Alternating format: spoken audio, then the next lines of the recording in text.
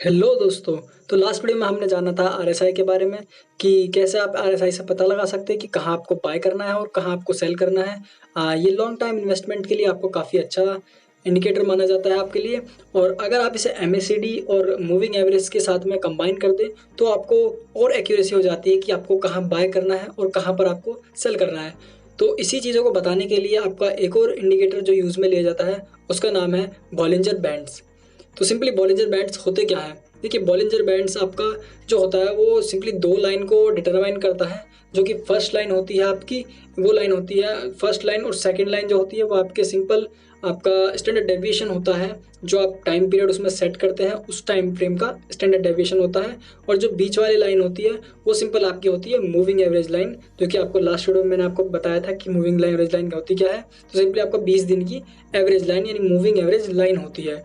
और जो आपका स्टैंडर्ड डेविएशन होता है, देखिए उसके बारे में आपको पढ़ने की ज़रूरत नहीं है, वो सब आपको किताबों में लिखा होगा। आपको सिंपली चार्ट से मतलब है कि चार्ट पे कैसे इंडिकेट करना है, क्योंकि आपको ये काम का कंप्यूटर खुद करके दे देगा। आपको कोई कैलकुलेशन वगैरह नहीं करनी है। अगर आप सिंपली जानना चाहते हैं आपका स्टैंडर्ड डेविएशन क्या होता है तो आपको सिंपली किसी भी मैथ्स की बुक में मिल जाएगा। तो अब इसे रीड कैसे करते हैं, आप कैसे पता लगा सकते हैं कहाँ आपको बाय करना है और कहाँ आपको सेल करना है? तो उसके लिए चलते हैं हम स्क्रीन शेयर पर। तो दोस्तों, हम आ चुके हैं अपने ट्रेडिंग व्यू के अकाउंट पर। मैं इसको बताने के लिए सिंपली आपको बैंक निफ्टी इंडेक्स का यूज़ करूँगा। क्यों? क्योंकि आपका बैंक निफ्टी इंडेक्स ज़्यादा वोलेटाइल होता है किसी और स्टॉक या फिर निफ्टी के मुकाबले। इसमें आपको 1000 से लेकर 2000 पॉइंट्स का अप और डाउन एक दिन में देखने को मिल सकता है। तो सिंपली इस इंडिकेटर को ऐड करने के लिए आपको यहाँ पर इंडिकेटर पर टैप करना है और यहाँ पर सर्च बार में टाइप करना है बॉलिंजर बैंड्स। तो देखिए आपका सिंपली यहाँ पर फर्स्ट नंबर पर आया बॉलिंजर बैंड स्ट्रेटजी। ये जो आपको इनसे कोई मतलब नहीं है अभी। आपका थर्ड नंबर पर देखिए लिखा हुआ बॉलिंजर बैंड्स, आपको सिंपली इस पर टैप करना है। यहाँ पर से क्लोज कर दीजिए। तो सिंपली ये आपका सेट हो गया है बॉलिंजर बैंड। अब देखिए यहाँ पर आपको बताते हैं कि इस बॉलिंजर बैंड में क्या चीज़ है। देखिए लेंथ 20 का मतलब है पिछले 20 दिनों का आपका स्टैंडर्ड डेविएशन कैलकुलेट करके आपकी दो लाइन शो की जाती हैं, जो कि एक अपर लाइन और मिडिल लाइन है, अपर लाइन और लोअर लाइन है। और जो आपका स्टैंडर्ड डेविएशन देखिए 2 लिखा हुआ है यहाँ पर, यानी कि स्टैंडर्ड डेविएशन आपका जो है वो 2 टाइम्स आपका कैलकुलेट किया गया है 20 दिनों का।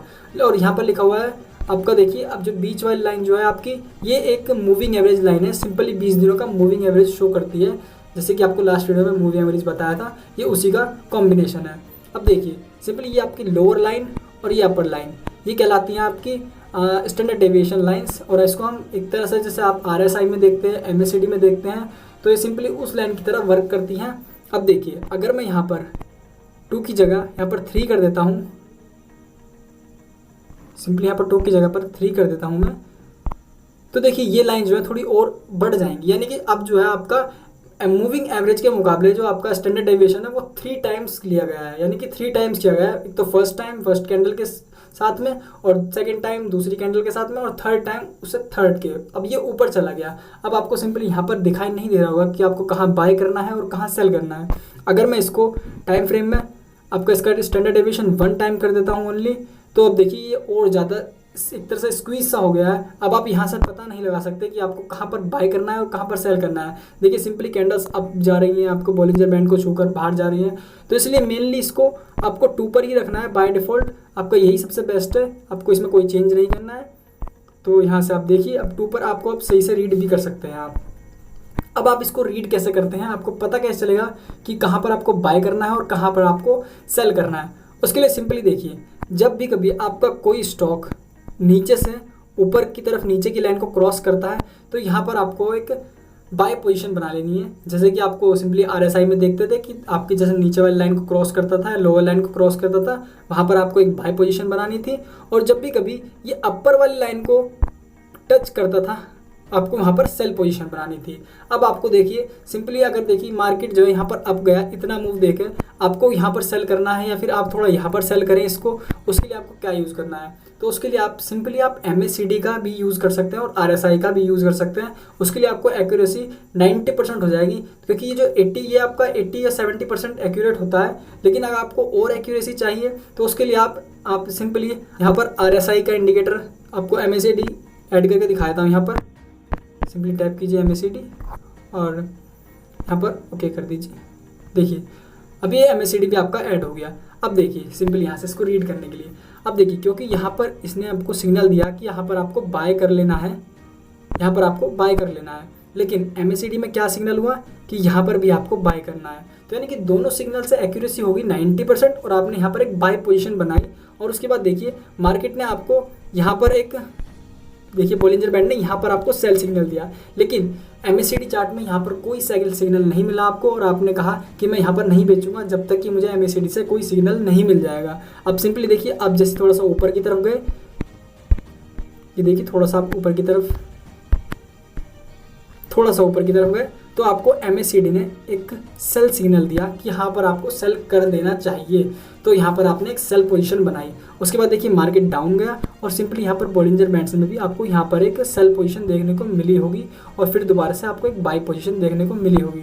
तो सिंपली आपको इसको बॉलिंजर बैंड्स को और MACD को एक साथ यूज़ करने के लिए आपको 90% एक्यूरेसी हो जाएगी, और अगर आप इसमें RSI भी और ऐड कर देते हैं तो आपको और ज़्यादा एक्यूरेसी मिल जाएगी, और ज़्यादा आपको अच्छी तरह से पता चल जाएगा कि आपको कहाँ बाय करना है और कहाँ आपको सेल करना है। तो देखिए जैसे कि सिंपल आप देखिए, अब इसमें एक चीज़ होती है कि देखिए आप कहीं देख रहे होंगे, मैं सिंपली MACD को हटा देता हूँ अभी के लिए।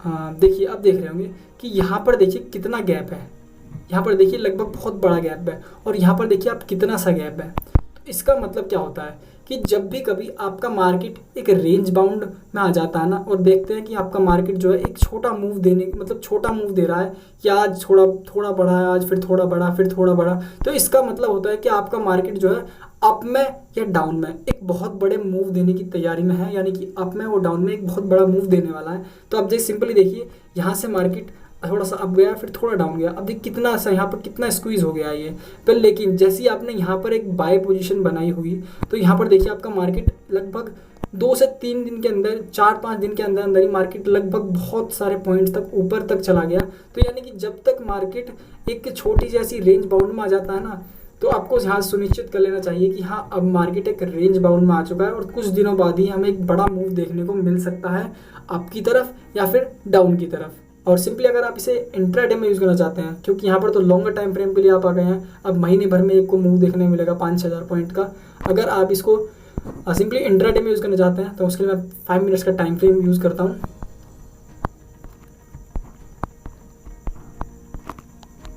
तो देखिए सिंपली आपका 5 मिनट्स का, यानी कि जो कैंडल है 5 मिनट्स की शो हो रही है आपको।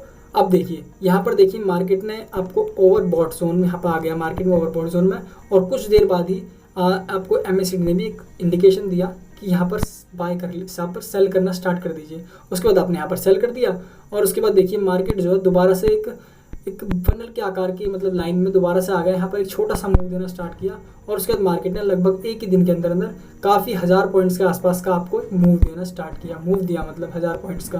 देखिए जहाँ भी आपको ये फनल दिखाई देना, जहाँ भी उसका मतलब है कि आपको एक बाय या फिर सेल में एक बड़ा मूव देखने को मिल सकता है। आपका मार्केट एक या तो करेक्शन करेगा या फिर अप जाएगा, मार्केट में एक मूव आने वाला है। लेकिन अगर आप देखें कि ऐसा आपको एक बड़ा सा मूव नज़र आ रहा है, आपको ये बड़ी स्पेस नज़र आ रहा है, तो इसका मतलब जो है आपका मार्केट जो है आप या डाउन में अपना नॉर्मली वर्क कर रहा है जैसा कि डेली वर्क करता है। बट कभी कभी आपको ऐसा भी देखने को मिल सकता है, लेकिन इसके लिए आपको दूसरे इंडिकेटर्स का भी यूज़ करना चाहिए। अब देखिए सिंपली यहाँ पर देखिए आप मार्केट जो है आपका यहाँ पर सीधा आपको मार्केट में आपको सेल सिग्नल का ऑप्शन दिया, और सिंपली देखिए नीचे भी आप यहाँ पर MACD ने भी आपको सेल सिग्नल का ऑप्शन दिया। उसके बाद देखिए मार्केट जो है आपका एक नीचे की तरफ आया, इतने नीचे की तरफ। उसके बाद मार्केट एक रिवर्सल स्टार्ट हो गया, और उसके बाद धीरे धीरे आपका MACD ने भी सिग्नल नहीं दिया कि आपको यहाँ पर सेल कर देना चाहिए, क्योंकि मार्केट आपका MACD जो है लाइन को क्रॉस करता है तब आप सेल करते हैं, बट यहाँ पर आपका MACD ने क्रॉस नहीं किया बिल्कुल भी। तो इसका मतलब है कि आपको यहाँ पर सेल नहीं करना है। उसके बाद देखिए दोबारा से MACD ने आपको यहाँ पर एक सेल का सिग्नल दिया, तो यानी कि MACD के अकॉर्डिंग आपको सेल जो है यहाँ पर कर लेना चाहिए। यहाँ से लेकर MACD ने यहाँ पर आपको सेल सिग्नल दिया, तो यानी कि MACD ने आपको लगभग 2 दिन बाद आपको सेल सिग्नल दिया। लेकिन जो बॉलिंजर बैंड था उसने आपको इमीडिएट ही एक सेल सिग्नल देना स्टार्ट किया था। लेकिन अगर आप देखते हैं तो आपको बॉलिंजर बैंड ने कोई भी सेल सिग्नल नहीं दिया, यहाँ पर आपका सेल सिग्नल दिया। यहाँ पर कुछ दिनों बाद सेल सिग्नल दिया आप पर, लेकिन MACD ने आपको पहले ही इंडिकेट कर दिया कि यहाँ पर आप सेल सिग्नल, आपका एक सेल बना लीजिए, ताकि आप अपने लॉस से या फिर आप जो प्रॉफिट आपने लिया है उसकी बुकिंग कर सकें या फिर अपने लॉस से बच सकें। तो ये था आपका बॉलिंजर बैंड। तो अगर आपके सभी डाउट्स क्लियर हो गए हैं और अगर आपको वीडियो अच्छी लगी हो तो प्लीज़ वीडियो को लाइक कर दीजिए और मेरे चैनल को सब्सक्राइब कर दीजिए और बेल आइकन को भी दबा दीजिए